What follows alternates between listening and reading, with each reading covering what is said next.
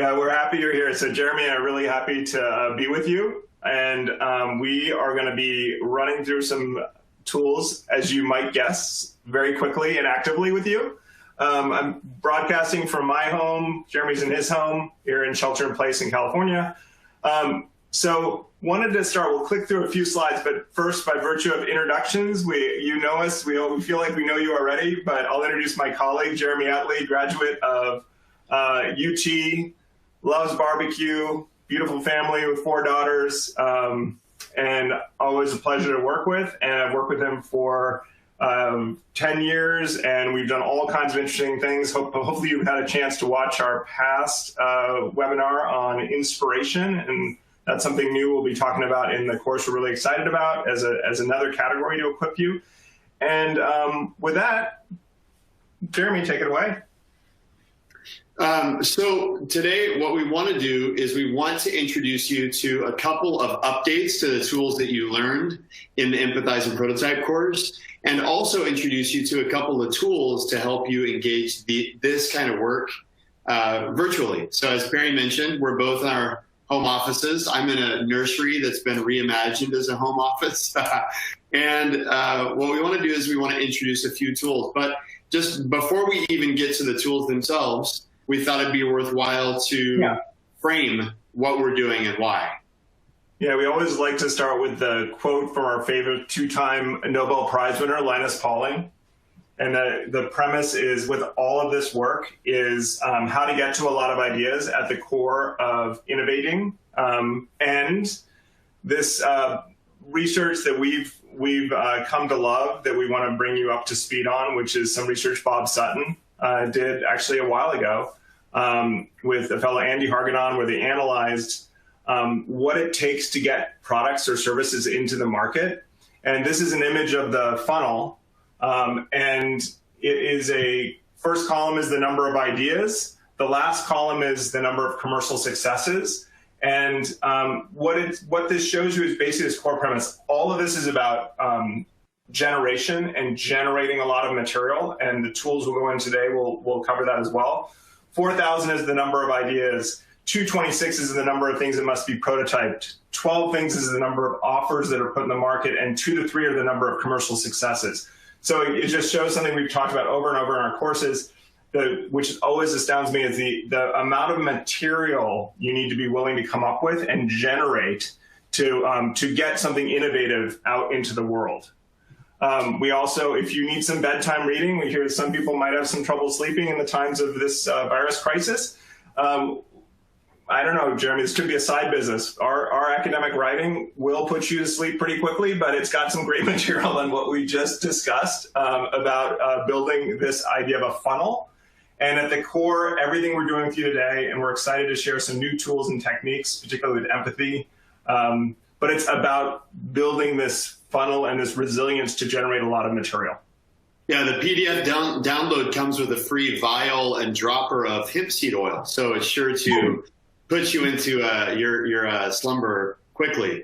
But in all seriousness, there is this, we think it's a really big idea to think in terms of input and practice and behavior, because creativity is, we would say, wrongly associated with or wrongly overly emphasized with output.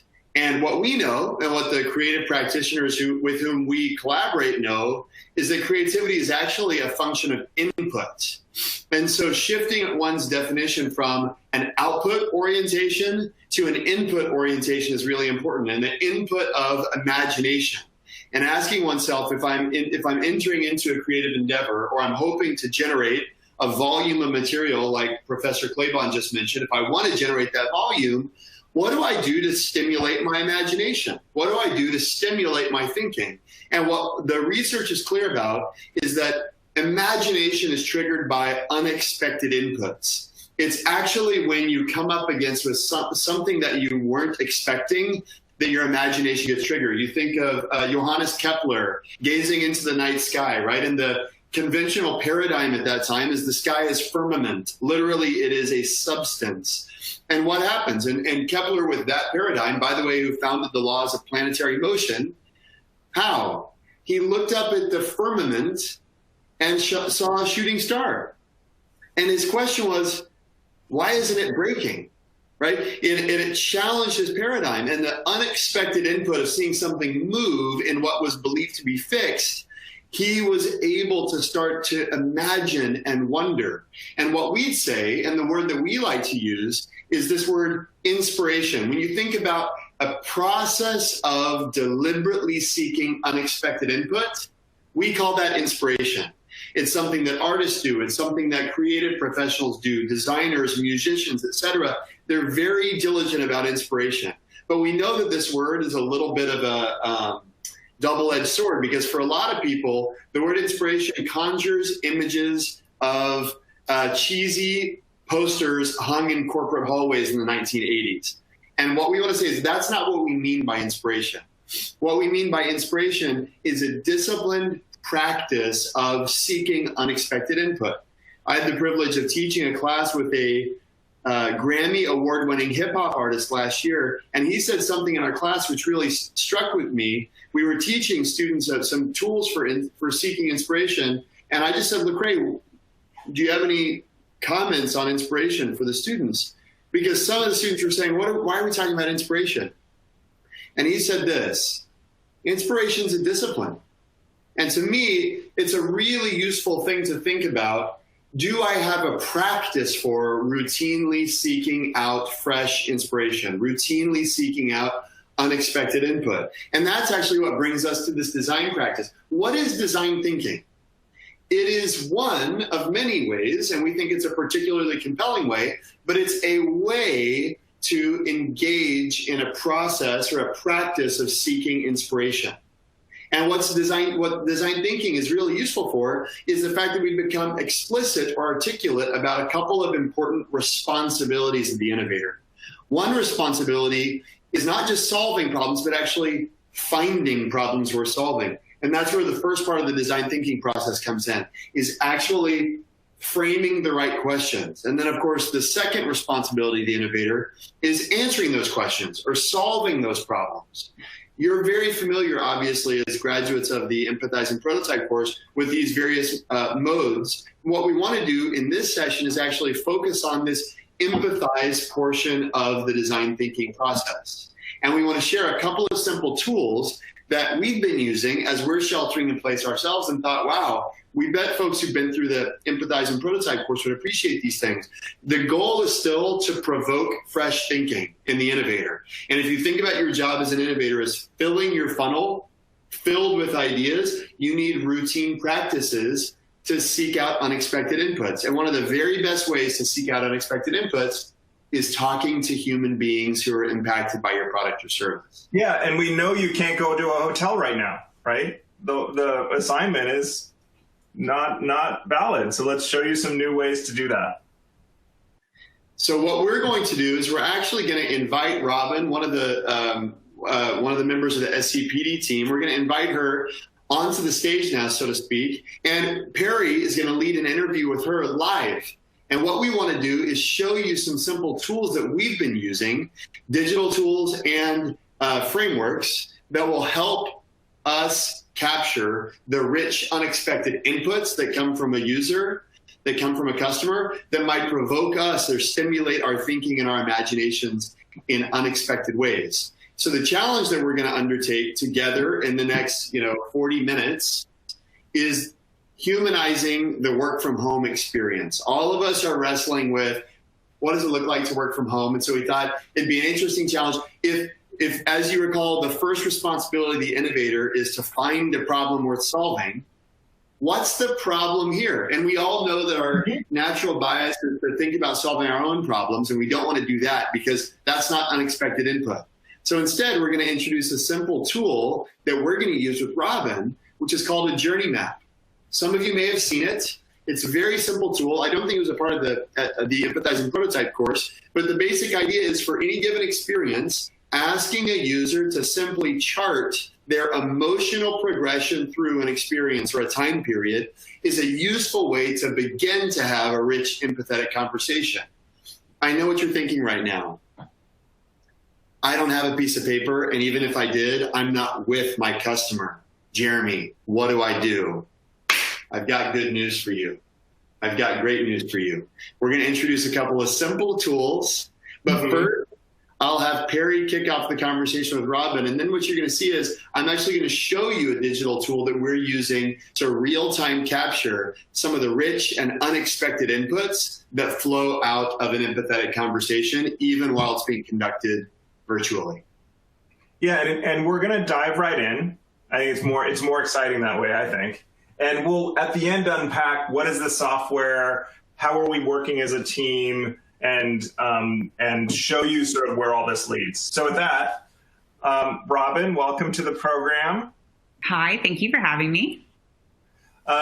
So Robin, thanks for doing this with us. No pressure that just pretend like there's not 100 people in the wings listening. Be yourself.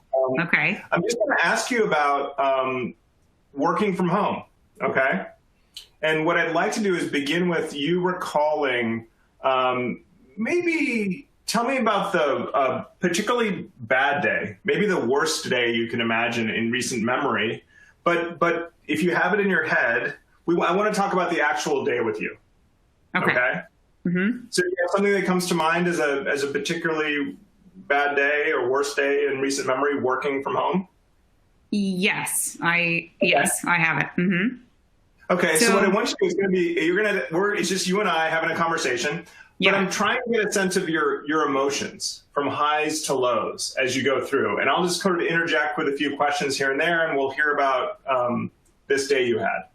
Okay. So maybe tell me when it started and maybe where you were from, your highest high to your lowest low. Like, give me a sense of where you were. So working from home and shelter in place, it's interesting because some days you get up and you're like, okay, this is just a normal day and I'm going to go about my day and it's going to be fine. And some days you get up and you don't want to do anything. At least I just feel apathetic about the whole thing. But that doesn't matter because when I open up my calendar, it's 7 hours of Zoom that day and you just have to do it. Tell me about a particular day when you have it. Like, which day was this? Tell me about the day. So a few weeks ago on a Tuesday. So I only have Monday under my belt. It's Tuesday, which means I get out of bed. And I did. And I shuffled into the kitchen and made some coffee, which helped. But I just had a big sense of apathy. I went through my meetings, my morning meetings. So let's say, I think I had 3 that day. Okay. I went through my 3 meetings.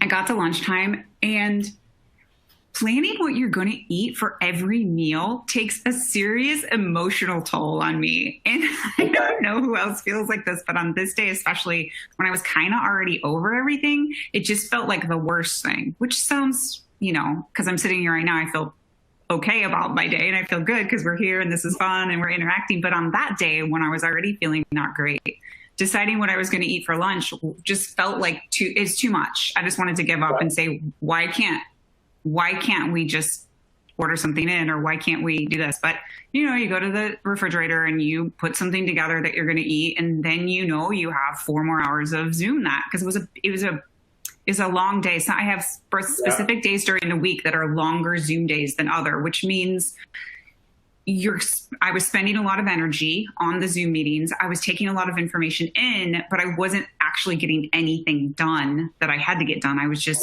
adding more to my list because that's usually what happens in a meeting. Mm-hmm. Okay. So keep going. So as you go through those meetings, where do you end up on the emotional curve? So I did the survival shuffle, which is something that my track coach used to talk about in high school, where you had to run how long and you just did the survival shuffle. I got through it. I took all the notes. I did all the things. But really all I was thinking about was getting outside. I am going to get through these meetings and then I am going to get outside, take a deep breath, walk around, work up a sweat. And that usually, and especially this day, that was really key for me. And tell me about continue on. Did you get outside? I did. I went outside. I'm fortunate because I live really close to campus. So I hopped on my bike and rode to campus. And actually, what I did is I just stopped my bike as soon as I got to the Oval on Stanford campus. And I laid down and I listened to a podcast and I just let the sun shine on me. And it really was everything. Wow, that's amazing. What an amazing day to hear about. So can I ask? I'm going to ask you a couple things that I've noticed and I want to follow up on. Perhaps, Barry, may I interject briefly? Yeah. Okay. So what you're seeing is and I'm going to share. Actually, what I'm going to do is I'm going to pull this slide over. What you're seeing now is basically the first part of an empathetic conversation where Perry was, because Robin isn't able to actually write on the journey map, Perry and I were using a journey map to real time capture what Robin was saying, or as best we could, using this simple application that we've been using called Mural. Anybody can use any application they want, but the point is we're quickly documenting the emotional trajectory and taking some notes of key phrases along the way.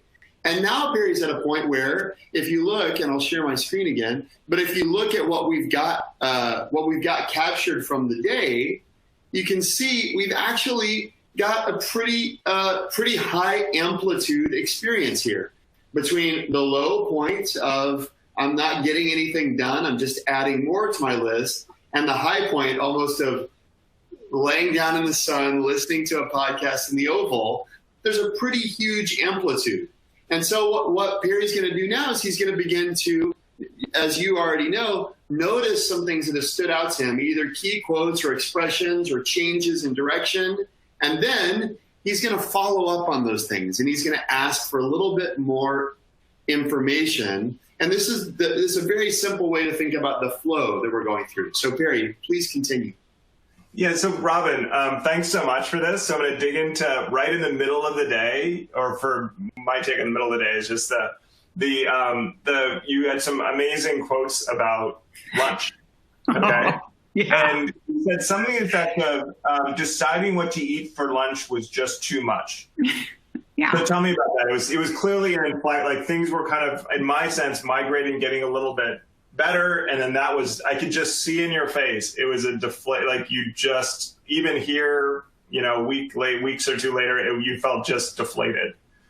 Yes, I think that's because this decision needs to be made 2 to 3 times a day, right? Anyway, like any day, good day, bad day, that decision needs to be made breakfast, lunch, and dinner because we're all at home, right? There isn't, I'm going to grab this or I'm going to do this. And so on that day, when I was feeling taxed out by all other decisions, figuring out what to eat for lunch, even though it's such a small thing, sometimes it's just the thing that tips you over. And that day I was like, no, I can't, I don't want to.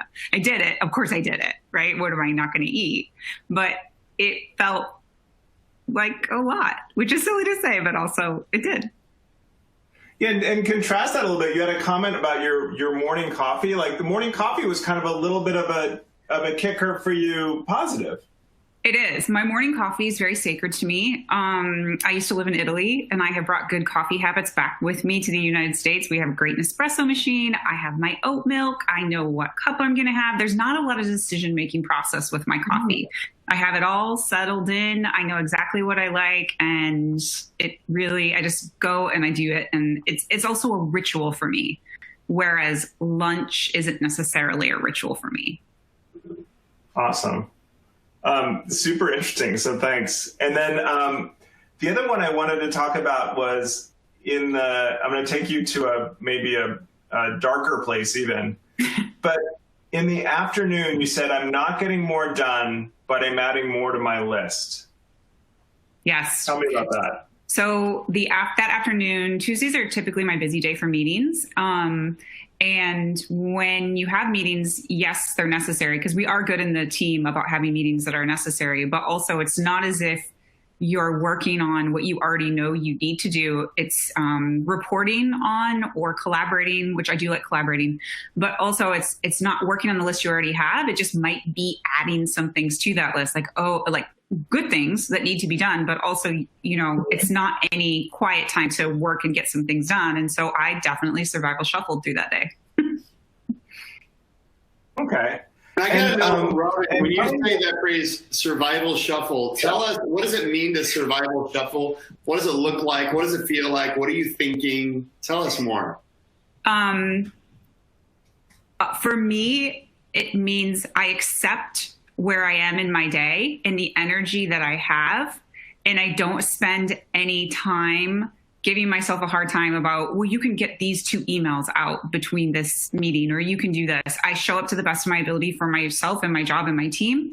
But I also am not trying to crack the sound barrier on what's going on. I'm just doing my level best. And is that just following up further? Is that a mode I mean, it sounds like a superhero mode. What do you do to, is it always a mode, or is it just sometimes triggered? Tell me, was that the same in the morning, in the afternoon, or was that in the afternoon you had an active thought about that? Yeah. So in the morning, I do my better, more creative work in the morning. And so if I get to about 2 or 3 in the afternoon, it's not really my time to shine. Meeting like for creativity, something. So if I'm going to have a big meeting that needs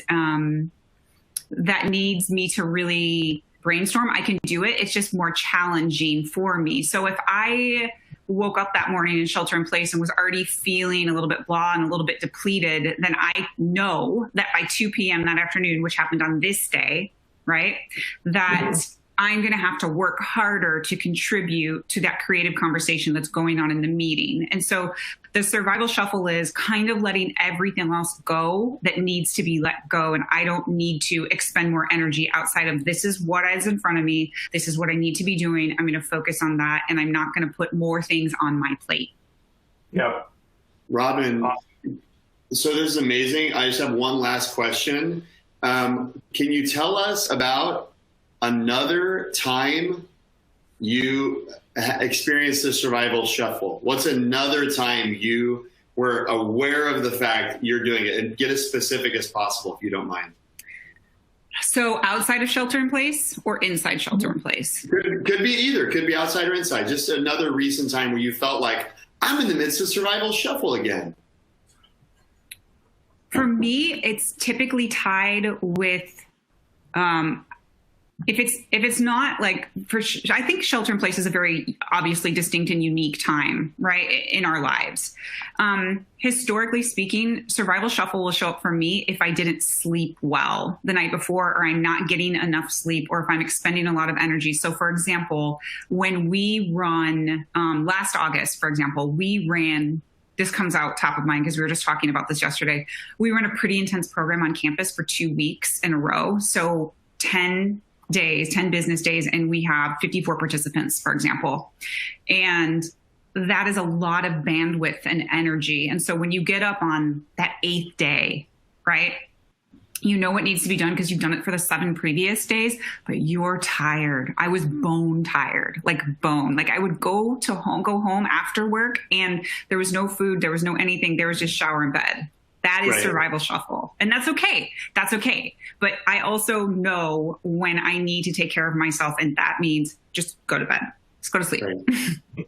Okay, let's pause there because, Robin, first of all, we could talk about this for a much longer time, but let's pause there. We say thank you so much for sharing your story with us. Absolutely, Robin. Thank you for having me. And also, thanks so much for having me. I now have a new vocabulary in my lexicon, which I didn't have before. So I'm tremendously grateful. Thank you. Great. You're welcome. Bye, guys. Thanks. Bye. Thank you. All right. So we just had this amazing conversation with Robin. And what I want to just showcase really quickly is if we zoom out, what we can see is the various kinds of aspects of the conversation. And you see, we put it here on our mural, but you can see the engaged part of the conversation is the actual graph that Perry drew while Robin was speaking. We noticed specific things. We're actually taking notes in the yellow and pink and green Post-its, mostly just for color variety, to be honest with you. No, I'm kidding. Red can be bad. Green can be things are getting better. And then when we follow up, we change Post-its just so that later on in the conversation, later on when we're reflecting on the conversation, we can remember kind of the sequence of events. And then importantly, we ended the conversation by asking about another time the user, in this case, Robin, felt the way that came out. We didn't know anything about the survival shuffle prior to this interaction. That's not a term Perry or I have ever used, but it became apparent in that conversation that that's an important part of the work from home experience for Robin, and an important part of our responsibility, if we're considering how to humanize the work from home experience for Robin. That seems like something we want to understand more about. So that's the reason that we seek stories specifically about that at the end of the conversation. So Perry is going to kind of do some magic jujitsu behind the scenes in the mirror. Like I'm doing stuff. I'm doing stuff. If you see his face, like real consternation for a moment, it's because there's a lot. He's burning a lot of calories thinking over there. Yes, I work a lot together. I know. Yeah. I won't provide any captions underneath Perry's face as he's making his faces, but I could. Let's put it that way. So now you can show your spreadsheet face, Jeremy's spreadsheet face. Let's do it. It gets ugly. We'll do that in the Q&A, hopefully. So now we're back to this idea of problem finding. Remember, design thinking is an exceptional methodology for exposing ourselves to and connecting ourselves to unexpected input that is for the purpose of stimulating our imaginations, to fill that funnel, the exploration funnel. So I want to talk for a moment about defining the problem statement that we actually want to solve. And from your course that this is a point of focus. There's different points in the design process where we're flaring, and then there's other points where we're focusing. This define moment is a particularly important moment of focus. And in order to do that, we're going to do a couple of things. One is we're going to reframe the problem. The broad problem we were thinking about addressing is humanizing the work from home experience. Now we're going to reframe that and put that in language that's specific to Robin. And then the second thing, we'll probably do that in a bunch of different ways. We'll try on a bunch of different ways. But the second thing we do is focus, meaning we choose. We choose one thing that we believe is worth working on. And the importance of reframing the problem is hard to overemphasize because your frame dictates a lot of what you see. And a lot of, John Dewey, the famous American education reformer, once said, a problem well put is half solved. And, Abe Lincoln, I think he said, if I had call it 10 hours to cut down a tree, I'd spend 8 hours sharpening my axe, or something like that. But the point is, if you've got the right problem, you're a long way towards the solution already, which is why we care a lot about the frame. And it's at this point in the design thinking process that we leverage what's called abductive reasoning, or the process of inference, meaning we don't just take a statement at face value, but we seek to extrapolate some human meaning beyond the statement that might serve as an actionable learning that we could begin to ideate against. So this is different from a lot of organizations' definitions of insight because they often think about insight as the surprising data itself. We'd say that's not an insight. It may be useful information, it may be unexpected, that's fine. But the insight is actually the team's interpretation of that surprising information. And it's not a deductive process by which we say, if A, then B, and if B, then C, therefore, if A, then C, right? That's deduction. Inference is the process of wondering. Abductive reasoning is wondering. It's less certain, it's less sure. And for this reason, the image that we use to describe how inference feels is actually this, because we're making a leap. We're not certain that what we're saying is right. And we're almost playing the role of more of a psychotherapist. We're imagining possible interpretations of some things we heard for the express purpose of provoking our own thinking. Remember, ultimately, we're trying to fill a funnel. And it's not about getting it right.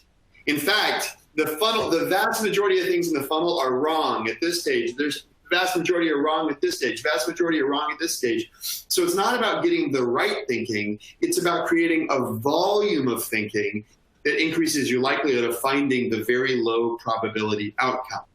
And so we won't go into detail, but you remember the story of Doug Dietz, our dear friend from GE Healthcare. He came to one of the earliest programs that the D School offered. There he is in the picture. And as you remember, he designed MRI machines. And in his process of bringing design thinking back to his organization, he discovered that children, in particular, have a terrible experience with the scan experience. And he ended up designing a pretty amazing innovation, right, called the Adventure Series. And the Adventure Series transforms the exam experience, leveraging a very, very particular insight that Doug arrived at.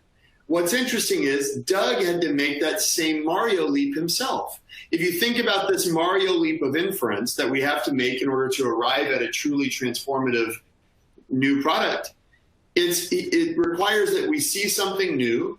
And what Doug saw, as you know, is that he saw that there was a sense in which a child who was going through a serious illness was missing something from their life. But importantly, it was his team's interpretation of that surprise that became the game-changing realization.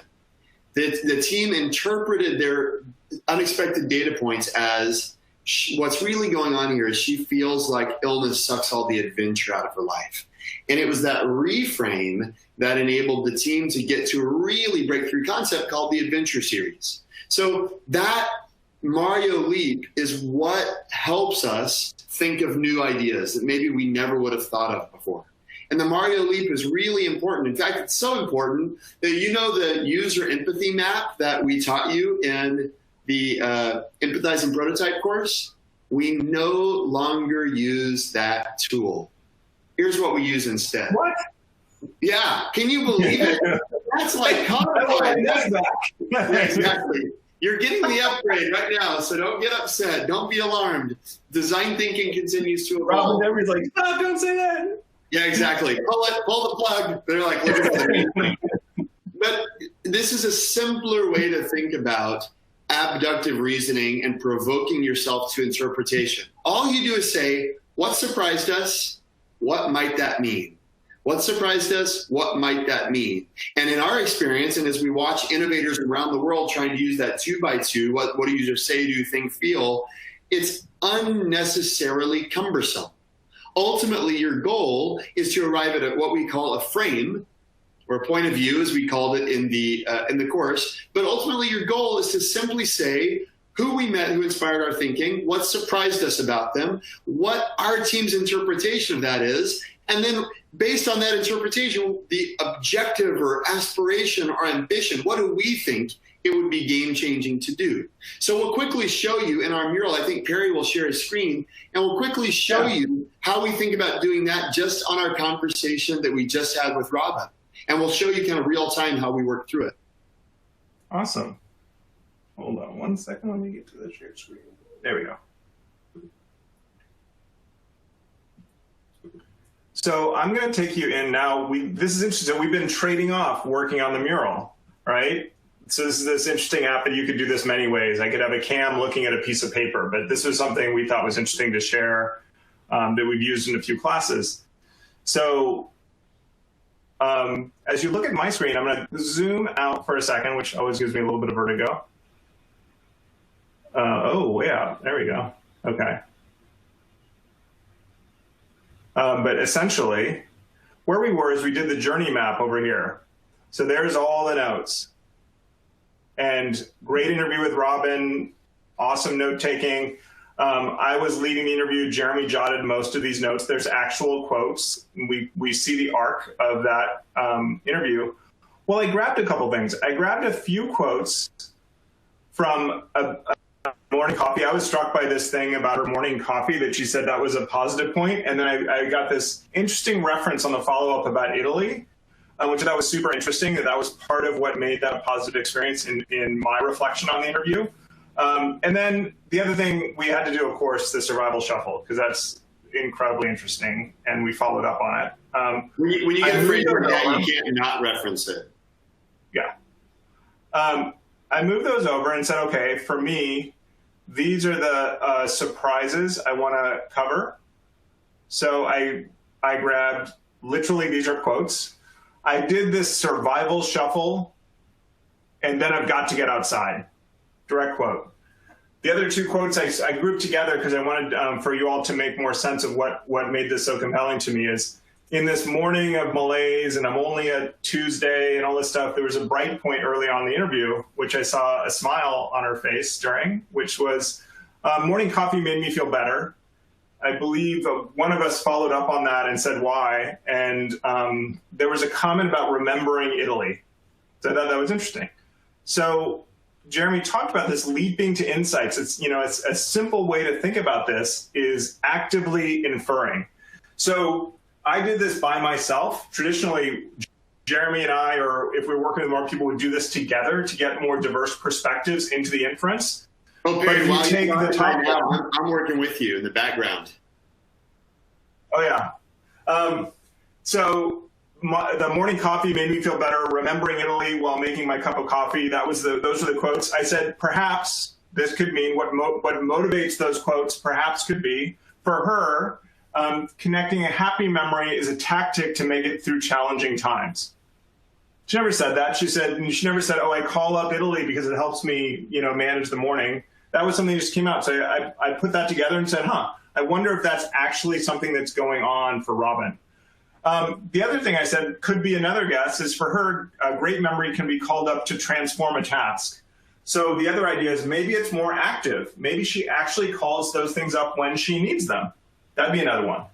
Then I'm jumping down a line to show you the next one. I was an inferring machine. While Jeremy was talking about inferring, I was doing it. So, but these are all guesses. I didn't go back to Robin and get her on the cell phone and say, is this what motivates you? Which you guys know from the course is not what you want to do if you're seeking insights. You're taking guesses at the motivation. So the other quote, I did the survival shuffle and then I've got to go get outside. Struck both Jeremy and I, we both followed up on it. For Robin, she can access extra energy if she can see the end in sight. So that one I really cued on, this survival shuffle was definitely like reserve boost power. And in the other example she gave, it was day 8. And I wondered if there's something about seeing the end in sight that triggers that ability to use that superpower. And then I have a morning coffee ritual for Robin. A responsibility isn't a burden if it requires no thought. So Jeremy had another one right there. So what we want to do is, you guys worked on a points of view. We call them frames now as we teach. We think it's easier language. The main reason for that change is it's just an easier word we found to understand regardless of where you are in the world. Point of view tends to be a little bit more confusing when translated, but same idea. So it drops into a simple format. We met, describe the person. We're surprised to notice it's going to be a quote from up above we're going to pull down. We wonder if this means that's the leap of inference. We're going to put our inference there. That's our best guess. And then we're going to talk about it would be game-changing. What given those things, what would be interesting to do for Robin? So which one are we moving down, Jeremy? Oh, I was playing through. If I pull these here, there you go. Got it. I was just playing through an example, basically. Great. So it reads as a story, right? So it's story spine. We met Robin, a professional, zooming through long and similar days from home. We were surprised to notice, she said, I have a morning coffee ritual. We wonder if this means, for Robin, a responsibility isn't a burden if it requires no thought. Game-changing to automatize monotonous lunch responsibilities. Cool. So that's a frame of many that we could build. And you were with us before. We could grab, the next one, and we could move it down, and we could do a new point of view, putting it right next to it, right on top, and do an entire next point of view. And what's fun is, and I'll show one extra slide here. So Perry, if you want to stop sharing your screen for a moment, I'll show one slide. One thing that you can kind of do that's pretty cool, or maybe folks can see slide and the screen at the same time, I don't know. But one thing that's really useful is if you know what good is, or you know the definition of good, you're able to start to assess the various aspects of your frame and even compare them with one another. So here we've got a simple frame evaluation sheet where we say, okay, the first table stakes is, does your frame focus on a specific first person and share relevant context? So Robin, yes, specific person, a professional zooming through long and similar days at home, right? So I would say that's a pretty good focus. Sometimes we see frames start, we met bored millennials who are looking for purpose in their lives, right? And the thing that's hard is with design work, you can't design something for bored millennials. That's really hard, right? So the more specificity, the better. The next part of the assessment is, does your frame present a truly surprising observation or quote that provoked you to see a pain point, right? She said, I have a morning coffee ritual. Is that totally surprising? Maybe not in the abstract, but when she was talking about it's not painful, unlike lunch, coffee's not painful because it's a ritual, it's pretty surprising in that context, right? And then, does your frame offer an insight about the person that is emotional and flows logically? Wow, so we wondered if for Robin a responsibility isn't a burden if it requires no extra thought.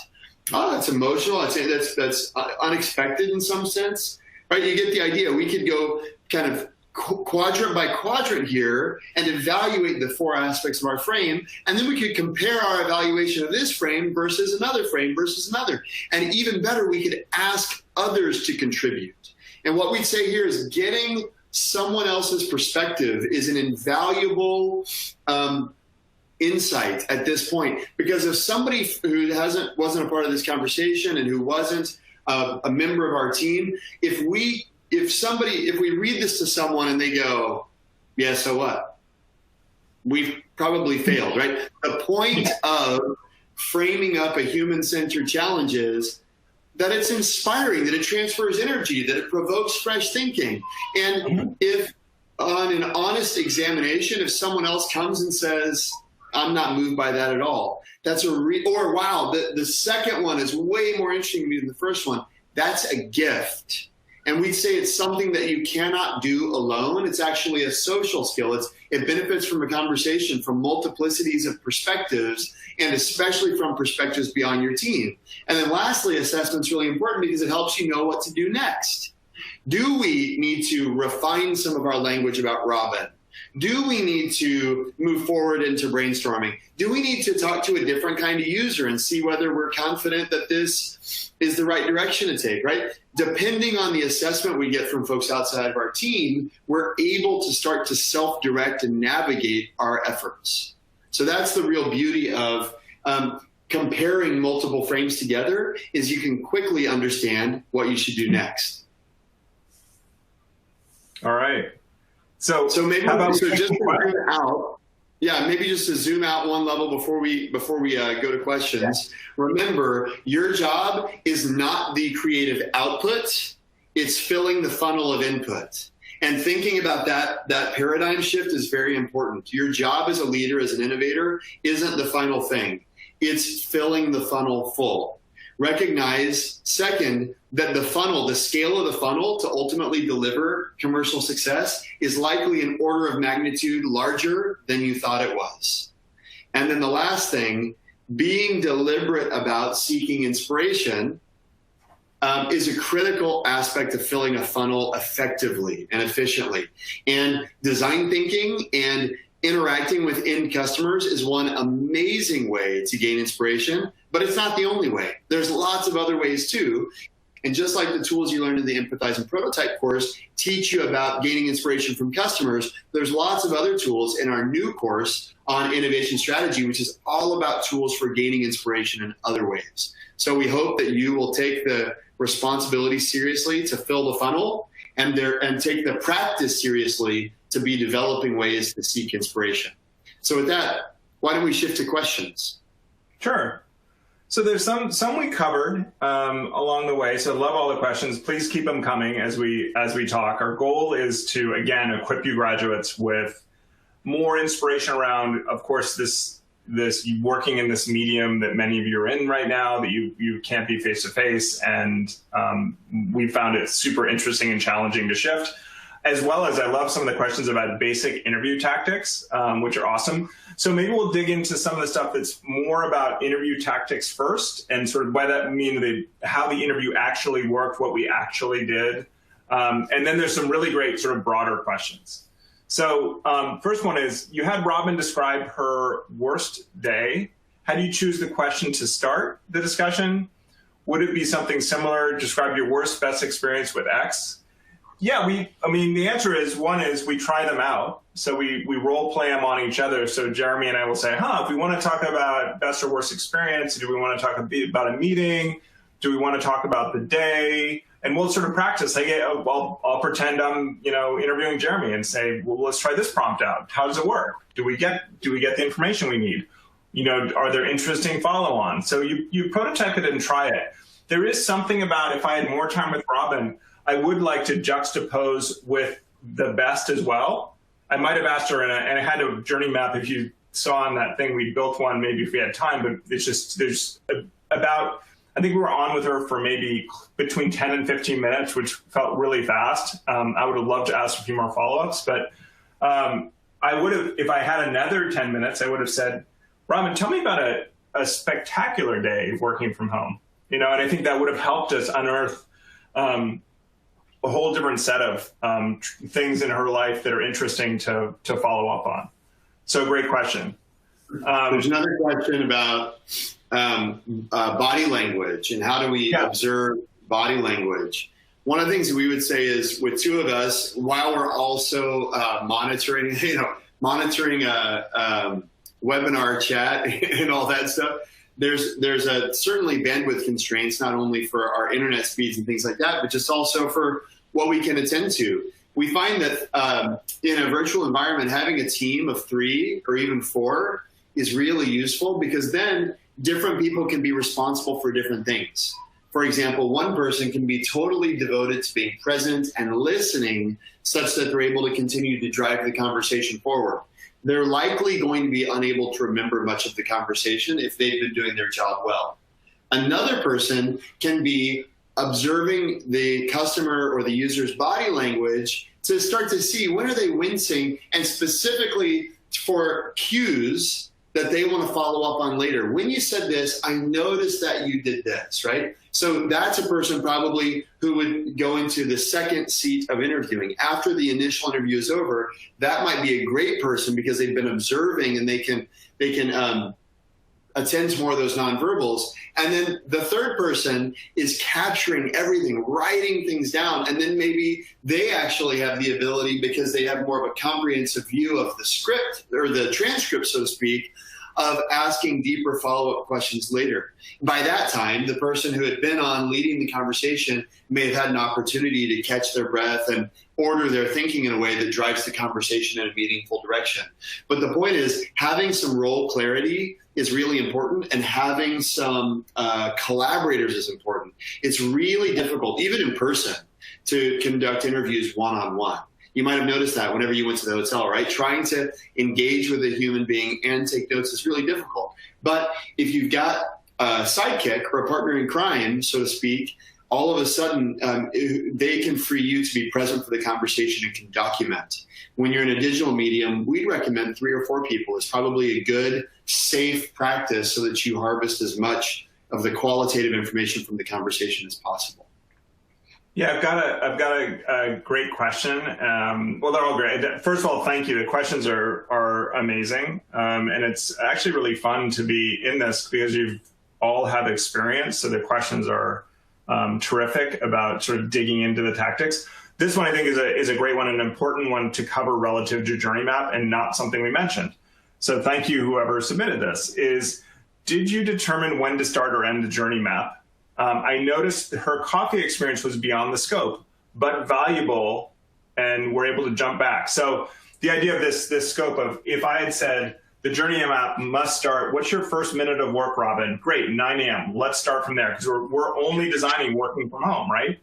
What's interesting, and this happened, is that the scope of the coffee, I would say that's her private time, yet it, to me, was super interesting to design from and use. So it's out of the scope of what we wanted to talk about, yet incredibly valuable. Fully agree.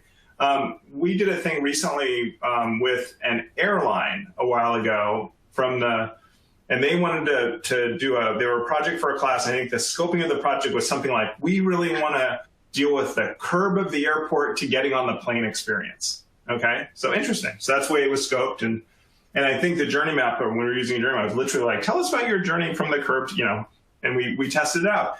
And, the folks we talked to at the airport, I mean, for when you guys can remember traveling, when do you start thinking about your trip? Well, people started saying, well, last trip I took was Thanksgiving. So I started talking to my family, I don't know, maybe 6 months before and doing research on tickets and checking out websites. And all of a sudden we're just like, whoa, the journey map. I remember we were taping another line and a piece of paper in front of getting to the airport because there was so much of the experience that was so rich that was before it. So the answer to that question is, if I had been more careful, actually, I might have started the line of almost midway, because so many times, I can't tell you, a user will say, well, but actually, my experience of my day at work, for example, started the night before when I got an email from my boss. It's like, oh, I gotta have the journey map start where they start. So the answer is that line does not need to start from 9 to 5, and you're bound. So I'm glad you asked this. I think I drew it in such a way it may have felt that way. But it's follow the user, and wherever they want to start that journey, go with them there.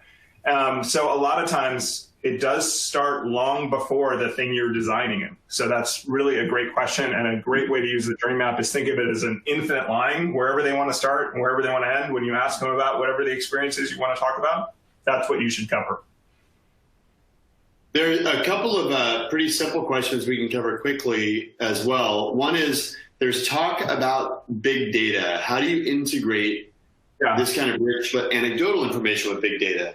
One thing that we'd say is, very simply, qualitative insights are a great way to learn how to interrogate big data. Big data is largely inaccessible until you have a line of inquiry. And these kinds of rich, qualitative, even anecdotal interactions can equip you with some really great questions to ask of your big data. The other one I wanted to mention briefly, it says, could you explain more why you didn't use the user empathy map anymore? Very simply, it's unnecessarily convoluted. It requires more processing on that tool than is needed. So at that time, when we were using that tool, we would say explicitly, you only can see what someone says and do. What they think and feel, you're already inferring a little bit, right? That's inferred. So we're already making one step of inference. And then we're saying, now, what are the insights? Infer beyond your inference. And you go, there's a very tenuous, it's like on the branch of a tree. It's like, I'm pretty far out here. It's starting to get wobbly, right? And it's because we're inferring on top of inference on top of inference. We just said, really, whether they say it, a lot of times people say and do things that aren't relevant. And we find teams spending an inordinate amount of time filling these buckets because there seems to be some use to filling the bucket. And that's just not true. Ultimately, the question is, what surprised you? What was unexpected? That's really useful. The stuff that surprised you that you didn't know, right? Because it's about provoking your imagination. Great, it surprised you. What do you make of that? Effectively, that's what designers are doing. And when we're teaching design thinking, we're trying to simply convey the tools that designers use to approach creative problem solving. And really, they're looking to be surprised, and then they're interpreting those surprises in interesting and unexpected ways in order to provoke their thinking. And a lot of it is implicit, a lot of it is automatic, but basically it's, what's the surprise? What is my interpretation of that? What are the implications? If I can try that on in 5 seconds and I can do 100 of those iterations, great. What you may, as the end customer or as the person who reads the New York Times article, you probably only ever hear about the one chain that actually worked. But the reality is there's 100 or 1,000 of those chains that they tried on and didn't make sense. And for us, simplifying the tool it's a couple surprises and a handful of interpretations, free people up to do more of the work that we want them to be doing, rather than giving the busy work of just filling this huge canvas full of Post-its when very few of them have any bearing on the opportunity at hand. Mm-hmm. Yeah, I think there's a bunch of questions. Thanks, Jeremy. I think there's a bunch, and the answer is it's an evolution. I would say. It's an evolution of the tool. The principle behind all of that is still the same about inferring. A bunch of questions about inspiration. Jeremy talked a bit about that at the beginning. I checked into the Pax on our team who does all the tech and keeps all of this running and makes us look great. To put out, there's a link to the webinar we did, in this time, 2 weeks ago, I think, on inspiration and a couple different topics. And I think that'd be a great place to start. Many of you are saying, tell me more about that. There's I think we go through a whole bunch of different techniques and tools to seek inspiration. There was a great response to it. So many people reaching out through LinkedIn and asking more questions and finding the tools valuable, regardless of what you're doing in your personal life, your work life, what have you. So that would be a place I would look for those. And then at the at-home guide, there was also one I love, which is just the basic interview question is, Robin seemed a bit like an open book. How do you work with customers that are not giving much information? Are there other leading questions we would use? So I think a lot of times, one thing I would say, some people are a bit more open, some people are hard to get through. And we did a class recently with, I think we had 60 students, Jeremy and I, and we did this interview with this elderly gentleman. And it was about healthcare for older folks. And it was just, he was nothing, no hard feelings. He was really had a tough time hearing.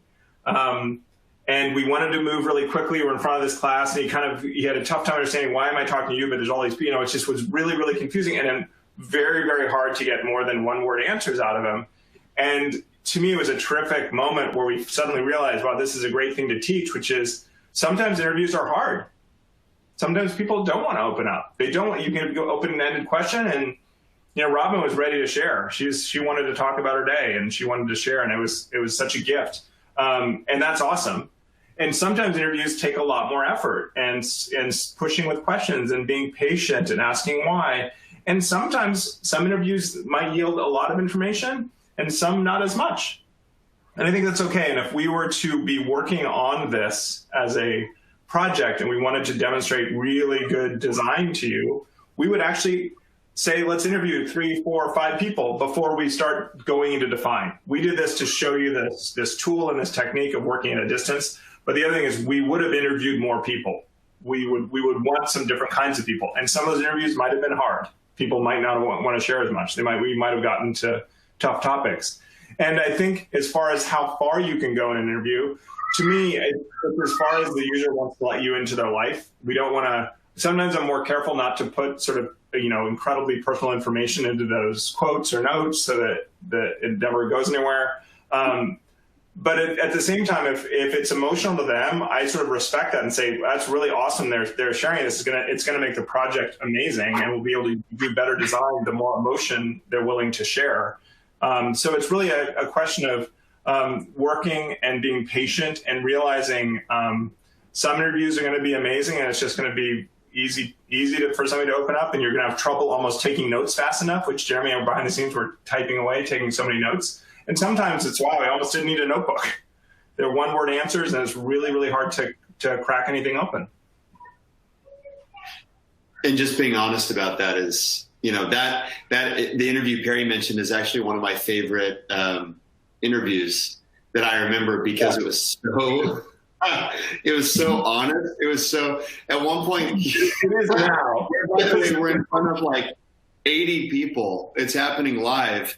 And at one point he looked at the woman who was kind of helping him and taking care of him. He said, are these people joking right now? I mean, it was so the absolute, most undesirable outcome. And yet it was great. And we were able to learn a lot, and we were able to have humility about it and have a sense of humor about it. And it's part of the process. Not everybody you talk to is going to be an open book. I would say one thing, just to compliment what Perry said, is there's an element of trust building. You can't it's not like, hey, how are you? Tell me about your worst day at work, right? We know Robin. We have a good relationship with her, right?